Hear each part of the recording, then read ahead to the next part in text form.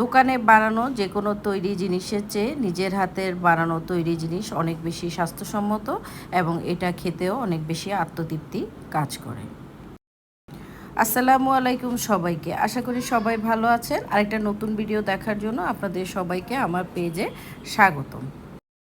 আজকে আপনাদের জন্য নিয়ে আসলাম চকলেট কেকের রেসিপি। এই চকলেট কেকটা বানানোর জন্য আমি প্রথমে নিয়ে নিলাম হাফ কাপ ময়দা এবং হাফ কাপের একটু কম গুঁড়া দুধ এবং 2 টেবিল চামচ কোকো পাউডার।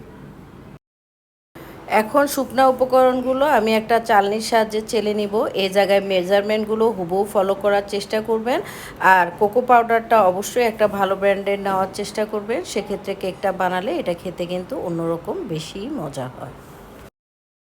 এখন ডিম থেকে কুসুমগুলো আলাদা করে প্রথমে ডিমের সাদা অংশগুলো আমি একটা এগ বিটারের সাহায্যে খুব ভালো করে ফোম করে নিব।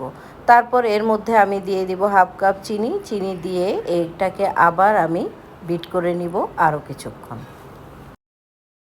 চিনিটা ভালো করে বিট করা হয়ে গেলে এখন ডিমের কুসুমগুলো দিয়ে এখন আমি পুনরায় আবার সবগুলো জিনিসকে খুব ভালো করে একসাথে মিশিয়ে বিট করে নিব।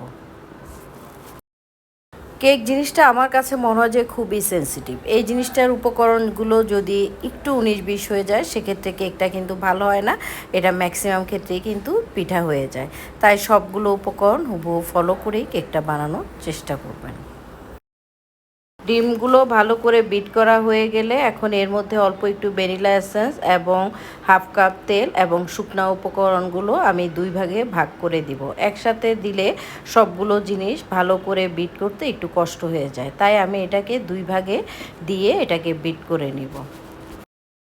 কেক বানানোর আসল কাজই হলো প্রতিটা জিনিস স্টেপ বাই স্টেপ ফলো করে এটাকে বিট করা।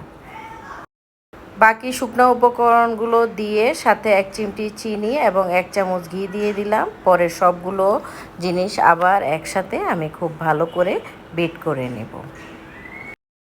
আমার ভিডিওগুলো যদি আপনাদের ভালো লেগে থাকে তাহলে প্লিজ আমার ভিডিওতে একটা লাইক কমেন্ট করে আমার ভিডিওটা শেয়ার দিয়ে অন্যদের আমার ভিডিওগুলো দেখার সুযোগ করে দিবেন।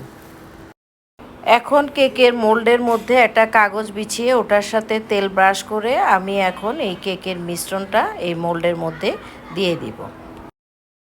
অন্যদিকে যে পাত্রে কেকটা বসাবো ওটার উপর একটা স্ট্যান্ড বসিয়ে এটাকে ফ্রি হিট করে পরে এই কেকের মোল্ডটা ওর মধ্যে বসিয়ে দিয়ে আমি কেকটা তৈরি করে নিব। আপনারা চাইলে এটাকে ইলেকট্রিক ওভেনেও তৈরি করতে পারেন। আমার হাতের কাছে যেহেতু ইলেকট্রিক ওভেন ছিল না তাই এটাকে আমি চুলায় তৈরি করে নিলাম। হয়ে গেল অসম্ভব মজাদার সাথে চকলেট পাউন্ড কেক। এতক্ষণ সাথে থাকার জন্য আপনাদের সবাইকে অসংখ্য ধন্যবাদ।